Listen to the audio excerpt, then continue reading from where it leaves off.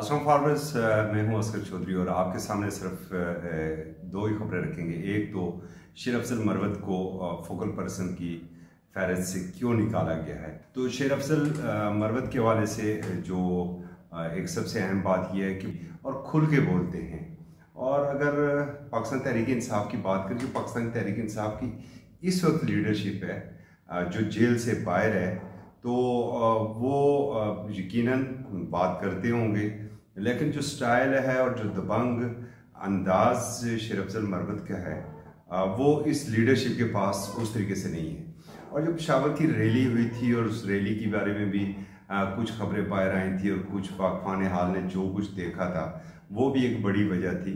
और शेर अफजल मरवत का जो स्टाइल है वो तो आपने देखा होगा कि वो जिस स्टाइल में आते हैं, वो चाहे पीटीआई सेक्रेटेरिएट हो या पार्लियामेंट हाउस हो या वो अदालतों में जिस तरीके से जाते हैं, बड़ा एक उनका अपना एक मुनफरिद स्टाइल है।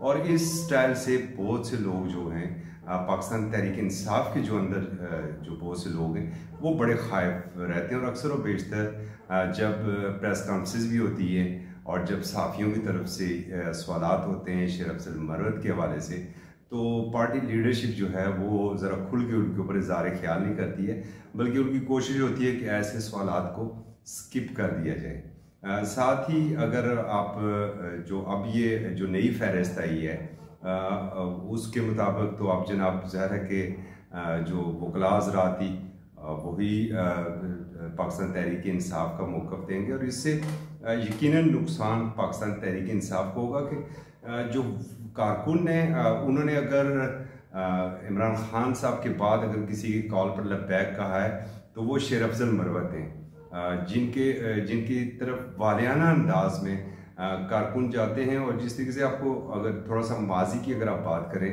तो MQ की बात करें और MQ जिसको आप नाम दिया गया MQ लंदन का, तो वहाँ पर भी ये अंदाज़ था कि कारकुनान का अंदाज वालियाना था। मगर जब MQ पाकिस्तान आई तो उसे उस तरीके से अवामी सतह पर पजीराई नहीं मिल सकी जिस तरह की MQ को लंदन को अवामी सतह पर पजीराई थी। यहाँ पर भी ये बात है कि कारकुन जितने भी हैं और जो आलिया जो 8 फरवरी के इंतखाबात थे उसके अंदर जो वोट पड़ा था वो इमरान खान को पड़ा था।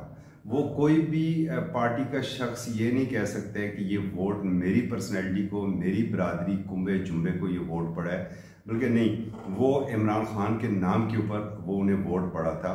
और उसके बाद जो ये तहरीक को लीड कर रहे थे वो कर रहे थे शेर अफजल मरवत। और शेर अफजल मरवत से यही वजह है कि कारकुन प्यार बहुत ज़्यादा करते हैं और जहाँ भी वो जाते हैं 15, 20, 30 जो है उनके आगे पीछे होता है। अगर पार्लियामेंट का आपको देखा, हम आपको हाल बताएं कि पार्लियामेंट के अंदर जा रहे हों या बाहर आ रहे हों, बड़ी मुश्किल होती है शेर अफजल मरवत को अपनी गाड़ी तक बैठने में कि मीडिया गाड़ी तक उन्हें बैठने नहीं देता है।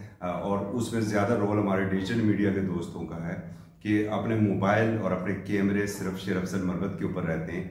वो कैमरे उस तरफ बैरिस्टर गौर के ऊपर या उमर असगर खान साहब या ये जो असद कैसर साहब हैं उनके ऊपर कैमरों का रुख उस तरह नहीं होता है जिस तरीके से शेर अफजल मरवत के ऊपर होते हैं। एक तो ये इससे यकीनन जो है वो जो मौक़िफ़ है पाकिस्तान तहरीक इंसाफ का खुल के उस तरह बयान करने का, उसमें बड़ा फ़र्क आएगा। और साथ ही जो एक बड़ा शदीद रद्द-ए-अमल दिया है अवामी नेशनल पार्टी के तर्जुमान साबिक़ सेनेटर सैयद खान है, और उन्होंने ये कहा कि कोर कमांडर पेशावर के हाँ जो खैबर पख्तूनख्वा काबीना का मुबैना तौर पर इजलास हुआ है वो किस तरीके से हुआ और ये क्यों हुआ है, ये ऐसी कुछ इतलात हैं। और आज तो अगर उनकी तरफ से ये बड़ा खुल के इसके ऊपर रद्द-ए-अमल आया है, तमाम पाकिस्तान तहरीक इंसाफ या खैबर पख्तूनख्वा हुकूमत की जानिब से अब तक इसके ऊपर कोई रद्द-ए-अमल नहीं आया। सोशल मीडिया के ऊपर कल से ये बातें गर्दिश कर रही हैं,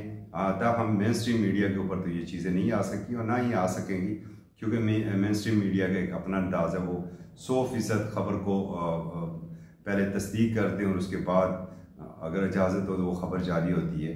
लेकिन वो जिस तरह कहते हैं ना कि सोशल मीडिया, तो वो उसे तो बस एक पॉइंट मिलने की देर और उसके बाद उसके ऊपर वो शुरू हो जाते हैं। ताहम जो ANP का रद्द-ए-अमल इसके ऊपर आया है वो ज़रूर तशवीशनाक है। आखिर कुछ न कुछ तो है जिसकी पर्दादारी है। इसके ऊपर पाकिस्तान तहरीक इंसाफ को खुल के अपना मौक़िफ़ देना चाहिए। और अली अमीन गंडापुर साहब, जिनके ऊपर पहले भी अहमद वली खान इल्ज़ामात लगा चुके हैं कि वो कहीं भागे हुए नहीं थे, बल्कि कैंटोनमेंट में ही किसी महफूज मकाम पर थे जब अय्याम रोपोशी में, और वहाँ से ही वो सीधे वज़ीर आला बने। तो इसके ऊपर खैबर पख्तूनख्वा की हुकूमत को अपना रद्द अमल ज़रूर देना चाहिए। अब तक के लिए इतना ही, इजाज़त दीजिए। अल्लाह हाफ़िज़।